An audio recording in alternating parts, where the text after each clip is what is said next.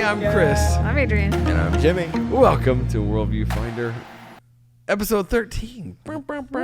It's a scary one. Happy 4th of July. Happy 4th of everybody. July. Yeah, it's 4th of July week. And if you're watching around the world, it's just something we do in America. Hey, we do It's have our people birthday. in other parts of the world. So it's your birthday? Happy birthday. It's America's birthday. America's birthday. Happy birthday, America. USA. All right. So, You should know. so if we started off, I think we should. Do you have any fireworks stories that like are funny or scary or? Yeah. So by the time we watch this, we're going to have another one. But our aunt always has a big like 4th of July party. Yes. And she lives on a farm at the top of this hill. And we shoot off fireworks at her house. And I just remember one year, like one of the massive ones fell over and just shot at all of us sitting in our chairs. We're on for your lives. Our cousin is like is Amos really afraid of fireworks, or I don't know, but he was just like, oh my gosh, and he dove behind a car and like it was pushing everybody on the way, and we were all intense. screaming, and it's just one of those moments. So I've got. Do you have a? I have a small story, and I think this is partially why I don't really like fireworks now. So we had, when I was younger, my mom had got these smoke bombs. I love smoke bombs. Yeah, that's I heard great things, but but I've avoided them for 20 years. So for whatever reason, she lit it, and then she held it for a little too long, and then she's like, "Here, I want you to have your turn holding it." So hold smoke bombs. and then He knows that now. and then she handed it to me, and I remember my hand got a little burnt. So Yeah. Oh, I gosh. don't even mess around with like sparklers or anything like that. My kids are afraid of sparklers because it does sparkle a little bit. Yeah, it it kinda- touch your hands. It burns a little bit, and they're like, they just throw it. It's crazy. Remember when one of those bee ones landed in, it was in Nathan's hair, right? Yeah. Our brother's hair. And then he threw it out, and then it landed in the firework box. But luckily, it didn't. Oh my Ignite catch them. goodness. anything. Have you seen that video of it's like a ring cam or something on a house, and then like this firework goes like it's a dud. Oh, I did and see it that. blows up, and Yep. so it's like just in the yard. It's like or whatever, but it catches the firework box that has like I don't know how many. It's insane. Look that up because Everybody Oh starts my running. I'll try to goodness. link it if I remember. That's my Oh. big fear. Because it's. I mean, it looks like they're being attacked. Like it's just fire, and I don't know how the car didn't blow up. Have you seen it? Yes, I think so. Yeah, and there's a bunch of people in the yard, and they like scatter. Oh yeah, they're gone. I mean, it's great. All right, but Jeez. so my fireworks story involves you actually. So we were my friend Dave. Shout out to Dave. Shout out to you, Dave. We had a Christmas in July party. He came to visit, and this is when we lived. Classic shadow and story. Yeah. So it was Oh, July man. 25th. So we had a little gift exchange, and then we shot off fireworks for Christmas in July. And Makes so. sense. Why did I say Dave actually had me, and his gift to me was lemonade, but I thought there was ice cubes in it, and it was garlic. What? It was like little garlic bulbs like floating on the top So of I it. drank. Oh my It's like, goodness. this is hideous. That's how Dave Oh my Haller made. Goodness, That guy's the great. worst. So anyways, so we're in the backyard, and we've got this firework that shoots like 12 shots off, but it's on like a little wrought iron like table, which it was not secure or anything. And so we're sitting there, and like shot 10, we realized that like, oh, it's not going up anymore, it's going sideways. And then shot 11, it's like Oh, getting my goodness. closer. And so Dave grabs Adrian and my wife, I think. No, it's Katie, our friend. Save Katie, the my friend. women. But Angela was there too. I don't know. And he like throws them in the house. He's like, he just like Loves us in the house. yeah, like tackles you basically into the house. I don't know. Wow. So it was you and Katie. Yeah. And so then shot. Then by this time the firework has fallen, and we're like trying to run because we don't know where it's gonna fire the next shot. Jeez. And Yeah, because it's like spinning at this point. Yeah. It's like roulette. so it shoots Oh through our backyard into our neighbor's backyard, and they have a big back porch, and it goes under the lattice work and just explodes Oh my under their goodness. lattice, and then And just smoke starts pouring out through their deck, Like through the cracks in the deck, you can yeah, just see. and it's just smoke, and their lights come on. So we run over, And then they open the back door, and then we sing Silent Night to them. We caroled to our neighbors as smoke is just pouring She's out. like, what's going on? And we just like, we just started singing. Silent Night. So you all just. Well, We just started caroling during it because it was She Christmas put in up July. with a lot of stuff with us. She did. Shout out to so- Justine. But oh man, I That was love the best story. ever. Wow. Yeah. did not know where that was going. Yeah. So, but hey, on this podcast, we talk about worldview and the things that media and stuff like that. And so I've been watching AGT with my family. Season 18 is on right now. Because And America's Got Talent. Yeah, for- Oh that's what I yeah, was gonna sorry. say. America's Got Talent. For We're those not who- all cool like you that know these acronyms. you know, Yeah. For those of us who don't watch it, Okay, so do you guys watch No. AGT? Or have you ever watched America's Got I've Talent? just seen clips. On Yeah, I see clips on YouTube. Yeah. So, so this is a competition show, like just with normal people that are doing their talents. But like, have you ever watched The Voice or American Idol or Yeah, we watched The Voice. X Factor? I like The Voice. I watched a couple seasons of it. Yeah. Is that the one where they're sitting in the chairs, but they're facing the opposite way, and Yeah. then the and person they turn sings? around. They sing and they like hit the button and turn around. Yeah. That like that element. I don't know why it adds so much, but it just. Well, it's because adds- they don't. It's like you don't judge the person by what Yeah. they look like. Yeah. Susan Boyle walking on stage. You've already made judgments about. Yeah. How she's a terrible That's true. person, and then But then she. yeah, then she belts it out, and you're like, oh, I've made a terrible misjudgment of this lady. Right. So, yeah. So, America's Got Talent. The premise is you do your talent, and then if the judges like you, you get to the next round, and then eventually it gets to America gets to vote, and so you and I have voted a lot, So many throughout the times. seasons, yeah. What I started watching. The reason I started watching was Jackie Ivanko. You guys heard of her? I don't Oh think so. yeah. Opera singer, but she was Oh. like Yeah. 8 or something, or maybe 10, Ooh. and it was one of the most beautiful voices. Like it was Yeah. incredible. Like watch her rendition of P.A. Jesu, and it's like I'm like crying. It was so good. Like she's just out there in this white dress, and there's like smoke all across the stage. Wow.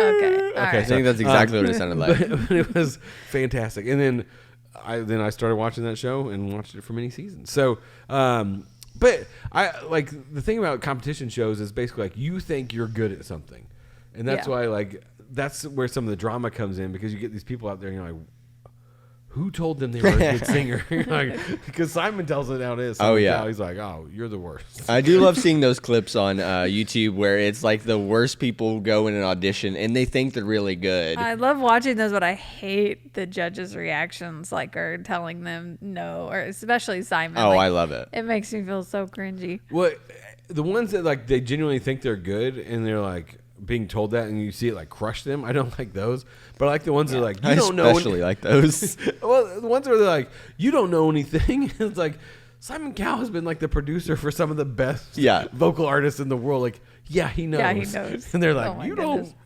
don't know how to like I don't know. It's just funny. But America's Got Talent I like better than the singing shows because it's just a variety of Right. like, it's everything. Like last night, there was a guy breaking the world record of how many fist bumps you could do in 1 hour. Or what? Not 1 hour. It was 1 hour his audition. 1 hour of just Everybody's him just fist bumping, watching. Yeah, of 1 minute of him like fist bumping, and then Wow. then you have like a lady that does hula hoops, but she's like in the air with hula hoops on fire, twirling around. You're like, this is crazy. But Wow. and then you have singers and all the stuff in between and The comedians. guy and, who shoots out of a cannon over a helicopter. yes, that That guy. was one of my favorites. Yeah, it's. I mean, the stuff they do is great and crazy and all that. But I just want to talk about some of the themes because I think it kind of shows like everybody has something that they're good at. Like it's like you have something, whether it's worth $1 million in a show in Vegas, probably not. But like, Probably not.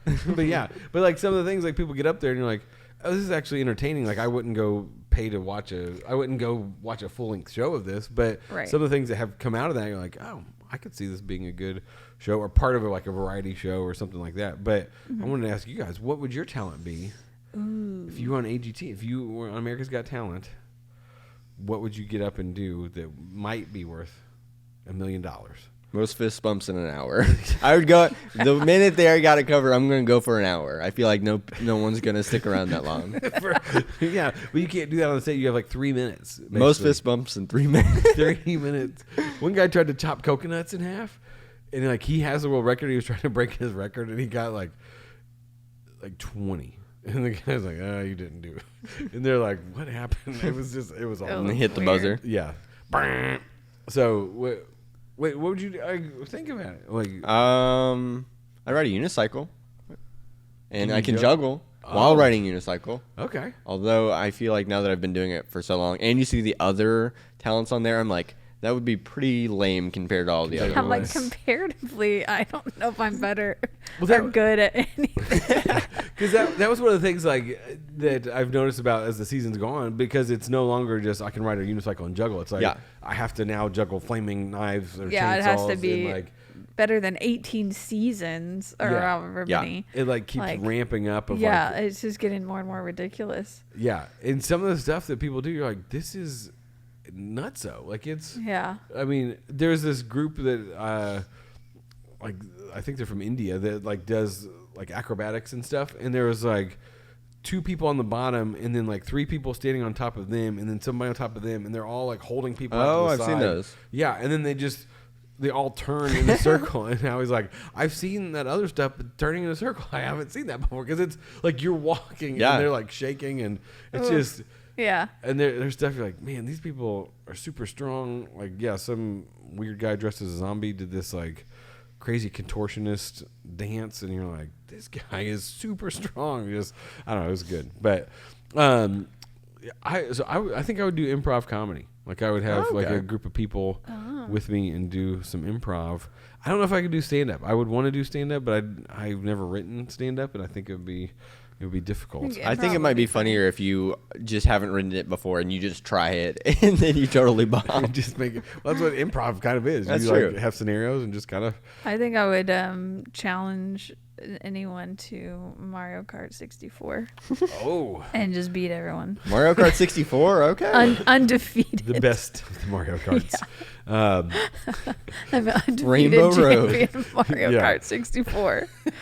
She would smoke guys in college, and they're like, it was great. So playing that Mario Kart. So why I grew some of the up other with things that I've seen though, like are like brokenness can lead to beauty, because a lot of Oh. times the people, because one guy got up and like was a country music singer, but he's like, you know, my dad wanted me to do this, and then I kind of pushed it off, but then my dad died, and then he's like, then I just like wanted to reconnect with him and pulled out my guitar and like wrote this song, and he sings the song, and like a lot of times like when people sing, like people will clap and stuff during the middle of it when they hit a note or whatever, but like this was like silent like the entire time, and it was just like this really beautiful song about like, and then redemption, like his redemption story kind of him being mad at God and stuff, and then like then he had his own son and kind of realized stuff, and you like he sings it and it gets done and just people like erupt, and that's what Simon's like.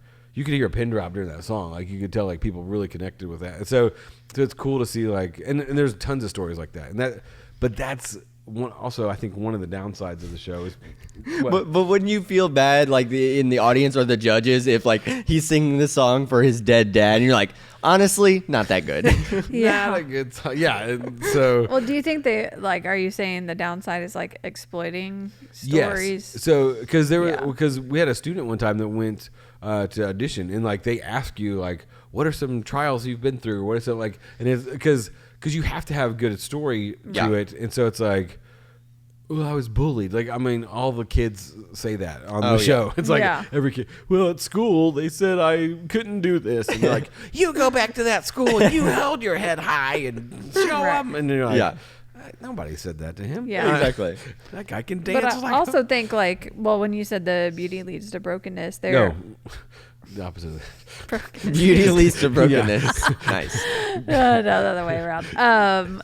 There are a lot of stories of, at least like in The Voice, is people come back after Oh, yeah. they were like, I wasn't that good, and I Yeah. was humbled, and now it's a couple seasons later, and Oh, yeah. I've worked really hard, and they do really well, and so it's cool to see like the growth and determination of some people.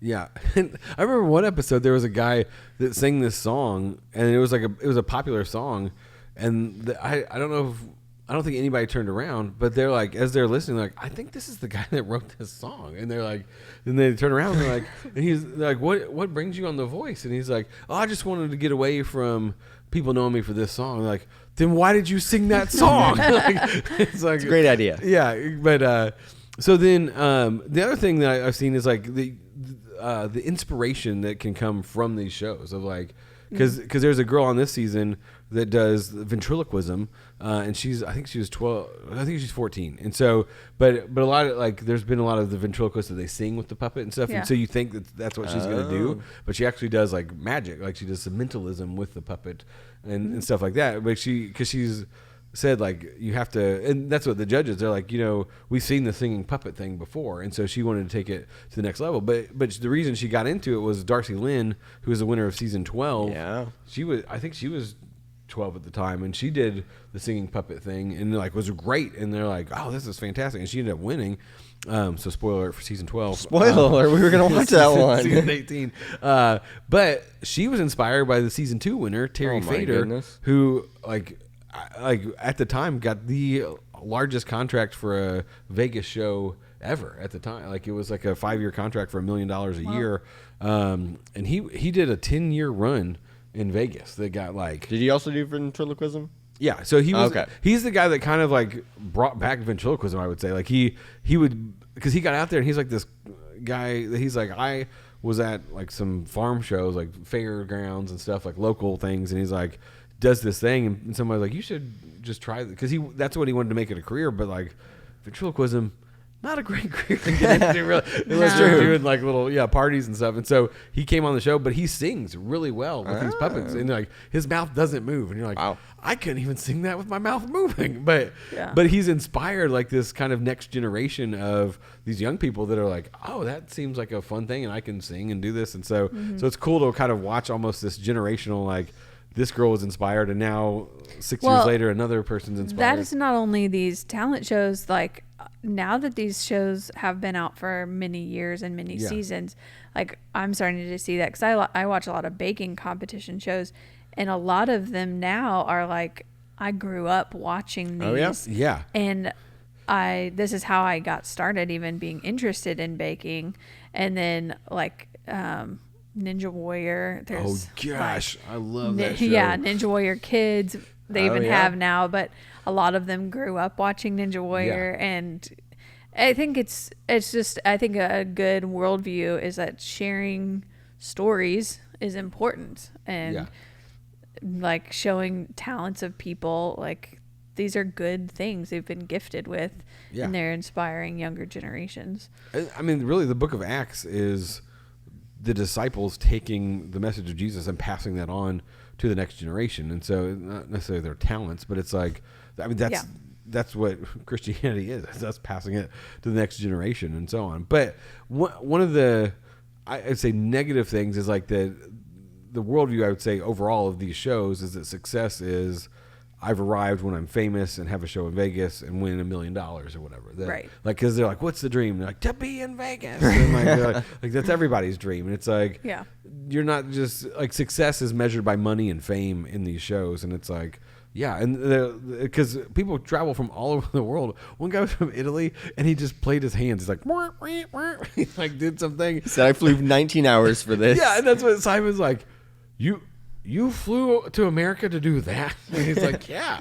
And he got through. Simon did not like him, but it was like, goodness. But it's actually a hard talent, because like you have to make your hands squeak, and he does it like like he can change the octave. So you're like, that's pretty good. So, but it's a talent. But it's that idea of like, I am getting my worth and value from what other people think, and that's why like you have to keep doing better and keep making it more and more, because like, what are you gonna do? You have to, like, that's why every year, like, oh, that might have flown in season 3, but now we're on season 18, so you got to be even better. Well, and it might like perpetuate the mindset that even if you do make it, like, you have to keep doing better and outdoing yourself and outdoing others constantly.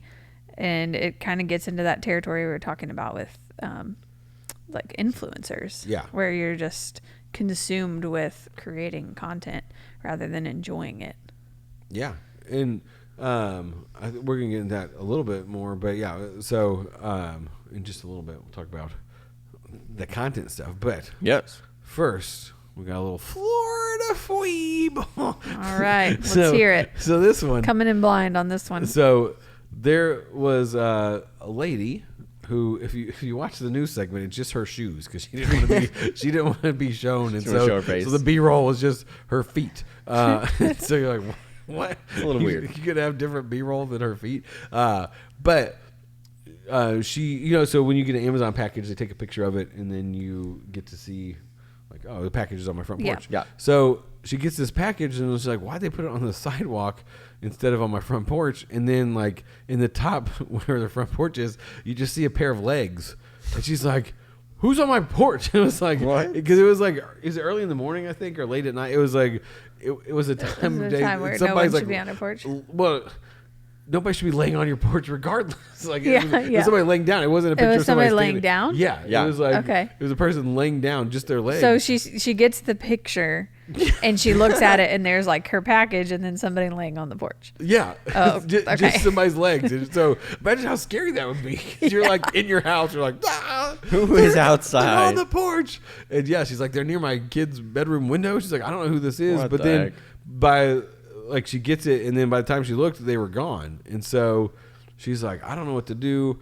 And all this stuff. And so she calls the sheriff's department. They're like, well, we can't really do anything. And they're like, what? She's like mad because they won't send a patrol car around or something. But it's just funny that it's like, what do you do in that situation? Well, what's the Amazon driver wondering? Well, they were looking into if they called 911 or something. yeah. Because Amazon was checking to see if they did. But yeah, Yeah, if you talk to the driver, like, can you describe the person? Or I don't know. Yeah, I don't know what. just like sits it on the sidewalk, like, He's I'm like, just I do gonna not get ignore paid enough for this. Yeah. Just take the person. picture. So Let's move on. They're like, well, we don't know what the person was doing beforehand. He's like were they drunk? Was it a missing person? Was it just somebody that needed a nap? Was it a homeless person? So many options. Yeah. So like we don't That's know. bizarre. Yeah. But here's what the sheriff's department, they said, it's tough to find compassion without feeling the need to be secure. What? What does that mean? I don't know. What did they say that in reference to? So because the lady was like, we need to do something and crack down on the neighborhood and like have patrol cars and all this stuff. And they're Yeah. like, but they're also like, well, this person could be in trouble. And so so the sheriff was like we need to have compassion, but it's tough to have compassion sometimes, like when you need to be secure. So like instead of this lady being like, oh, I could leave out some food or something to help this person, she's like, I want them Dead. Yeah. Behind bars. Yeah. So that's what I just thought that was an interesting Yeah. quote that came out of that of like, oh, there are like When we're you're supposed to have compassion. yeah, on but when others. you're afraid, it's hard to focus on others. That's true. Yeah.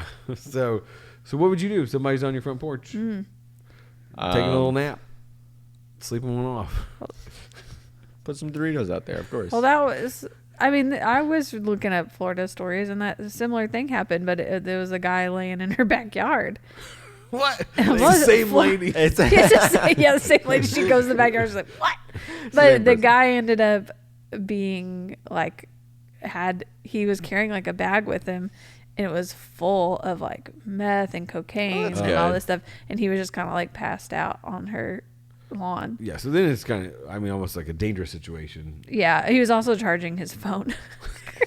He was using her Oh. plug in the backyard. I've seen that at the library. Like one time I was like going to return books and it was like at night and there's somebody like laying there charging their phone. I was like, I don't know what to do right now. Oh, It yeah. was like really scary. Well, if you need electricity, I guess go to Yeah, but somewhere. in other countries, it's not uncommon for like if people like backpack across Europe or whatever, Right. Like they'll put up tents in people's front yard. I think you can like get on a list or something of like Our hey, brother did that. yeah, and stayed in people's front yards, right? In tents. No, he On he people's slept in porches. their like lawn chairs Oh, on the in their backyard. Oh, nice. what is that? You should ask him. But do they allow it? Like, because that's kind of No, well, that probably wasn't a good idea. But that one wasn't. But no. But doesn't that? I think other places are more welcoming to that. But it's more like I'm traveling, Yeah. Not I'm homeless and just going to stay Right, in the yard right. all the time. So, Interesting. Okay. and I wonder why on the front porch and not in a yard. Because the front porch is kind of hard. It might be cooler. Oh, It was shaded. Yeah. Makes sense. Shaded. But yeah, I don't know what I'd do if I just got a picture and there's legs of somebody like they're outside of the house. Yeah, That would be really weird. strange. That would be scary. But all right, Jimmy, Yes. tell us about Mr. Beast. We had a new interview. Yeah. It was like 4 hours long. No, this one was only 2 hours long, Oh, okay. so it wasn't too bad to listen to. So Mr. Beast had he did a new podcast with Colin and Samir, and there was a quote from it that I thought was interesting that I think we could kind of talk about. So he was talking about, if I can find the quote here, he was talking about because he's been doing it so long, this YouTube thing. Oh, do I have the quote? Okay, I might not have the quote, but I know approximately what it was. I lost it. Anyway, so he was talking about how he's been doing this YouTube thing, and he was on YouTube. There's a thing called Mr. Beastification, where everyone is basically copying what he's doing. Just like, and he goes on all these podcasts and shares how to grow on YouTube and do that kind of thing. And what people get from that is, I'm just going to do exactly what Mr. Beast does. Yeah. So that's the Mr. Beastification of YouTube. And kind of responding to that, Colin and Samir are like, do you think the next Mr. Beast will be making similar content to you? And he's like, no one's going to be able to do what I do better than me. And he listed out a couple reasons. He's like, 1, I've been doing this for 14 years. 2, I obsess over it every single hour of the day. He said, I reinvest every penny I make back into it. I spend every atom of my brain thinking about it constantly, and then I hire the best people on the planet to help me do this. So, and he's been doing it for 14 years, so no one else is going to be able to compete with him on the scale that he's doing it. So kind of the question is obviously he's very devoted to this thing. Yes. Yeah. And that's one of the reasons why he's at the top. And not only just for content creators, but you have like professional athletes or people that go to the Olympics or super high CEOs and like Jeff Bezos. So to get to where they are, they had to spend years and decades of their lives basically hyper obsessing about this every hour of the day to get to where they are. And the question is, like, what's the worldview behind that? Or like, is it wrong to do that? To obsess for 14 years. Or, I mean, just obsess over Yeah. anything. Yeah. Or like Well- build an empire. I mean, that's what the AGT people, because a lot of them are like, I want to be able to quit my job and do this full time. Yeah. And so, but it's something like that they've worked on for, many of them like for Yeah. years Yeah. doing this and like hoping to succeed. So, But you might even say those are like trying to fast track it by getting famous on Yeah. AGT or something like that. But some of these people, like, they're really working hard, especially like the grind. CEOs or whatever. It's like they're doing that all the work behind the scenes. Yeah, they might build something for 30 years and then it finally be at where it is, but then they spend a crazy amount of time and effort on that. So the question is, like, should you do that? I'm interested in your that's Yeah, a tough question. That's a good question. Because at one point, it's good to be excellent at what you do. Like, Yeah. do everything with excellence and things like that. But at the other point, if it's to the detriment of your health and your family and all that stuff, and we've talked about Mr. Beast like from a Christian standpoint of like, he doesn't really. He's like, when I'm older or when I'm about to die, then I'll worry about the bigger things in life. And so, so I think for some, it can be just a distraction of what's really important. So like, I'm obsessing over this thing, and I'm not really thinking about the things that truly matter. Because I'm like, I'm doing this, I'm doing it with excellence, and I'm having a good time and all that stuff. But is it just a crutch to kind of avoid some of the other things of life? And I think that's where it becomes bad, when it's an obsession or when it hurts other relationships or things like that, when it's not just from the heart of like, okay, I'm doing this. And honestly, I want him to do it from a position of, I can reach people for Jesus doing this. Yeah. Which is how his channel originally started, which is interesting. But Yeah, I think motivation matters. So if we're coming at it from a Christian worldview, then the verse about you storing up your treasures in heaven, not on earth, and all of those riches we see, again, we'll talk about like Ecclesiastes, where he builds his empire and that was all meaningless in the end. I think those are really important things to consider, and especially from a Christian worldview is what's your motivation for doing this? Because we need Christians in high CEO positions. We need Christians to be excellent in their work, but using it for the glory of God and using their empire that they're building to basically bring the kingdom of heaven here on earth. And so if your motivation is just fame, money, like I'm doing this because God has given me talents and I'm going to get all the money for it or whatever, be famous for it.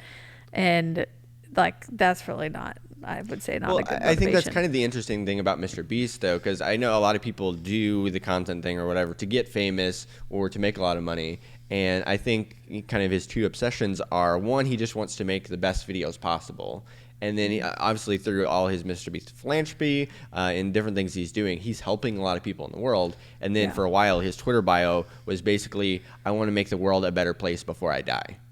Like, that was kind of his whole goal. And that's not necessarily tied to a Christian worldview, but just the idea was, like, he makes millions and millions and millions of dollars, but he doesn't live in a mansion, and he doesn't drive a supercar and spend all the money just on himself. I think for him, he just loves the game of doing YouTube, and he does it out of that. And that's why he's been able to obsess over it and do it for so long, is because he and kind of like you were saying on these talent shows, sometimes like success is an endpoint. Mm-hmm. But for him, it's more of an infinite game where success is continuing to be able to do it. So, my friend Fred commented, because we talked about this a little bit about the like content creating being a prison of like, I have to keep doing this and bettering myself.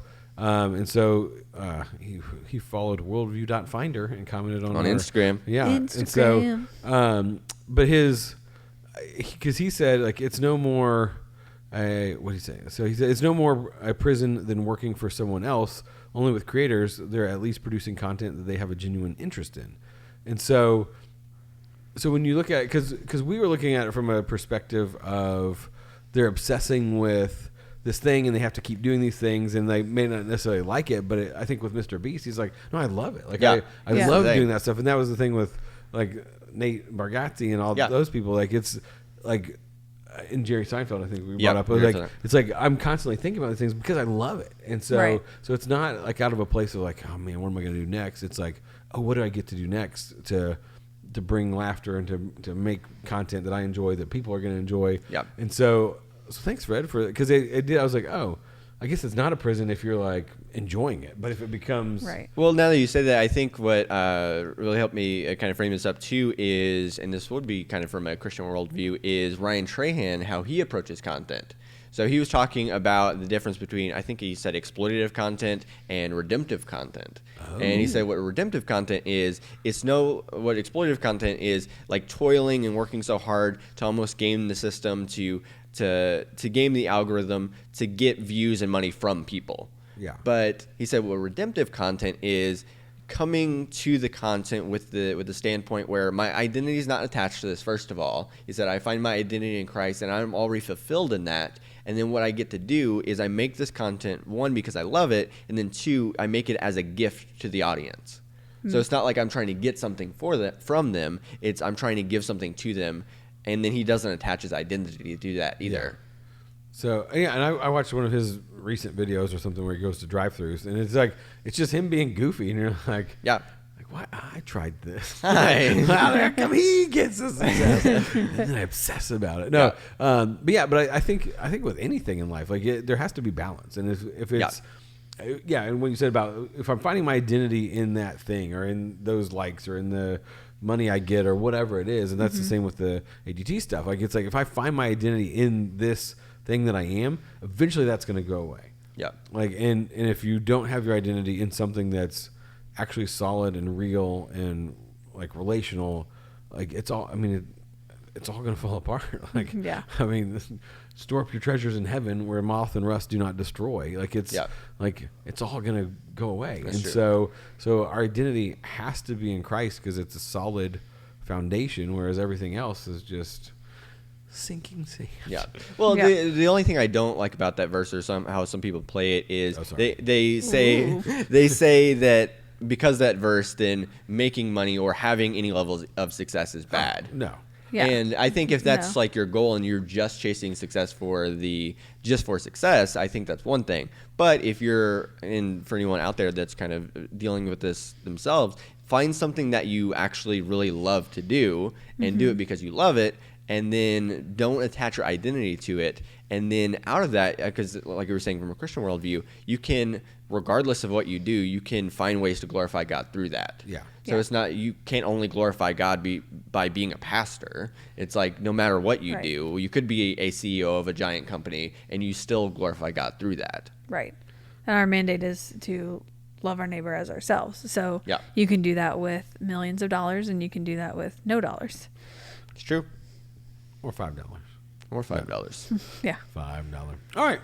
Wait. What have we learned today? What do you think? So many things. What do you Yeah. think? Let us know in the comments. Leave We might comments. shout you out on the next episode. Yeah, and hey, tell us what talent you would, if you were going to be on America's Got Talent, what would you do? What would you do for $1 million? Hand music. Hand music. Handbells. Oh, man. All right. I'm Chris. I'm Adrian. And I'm Jimmy. Thanks for joining us. We'll see you next time.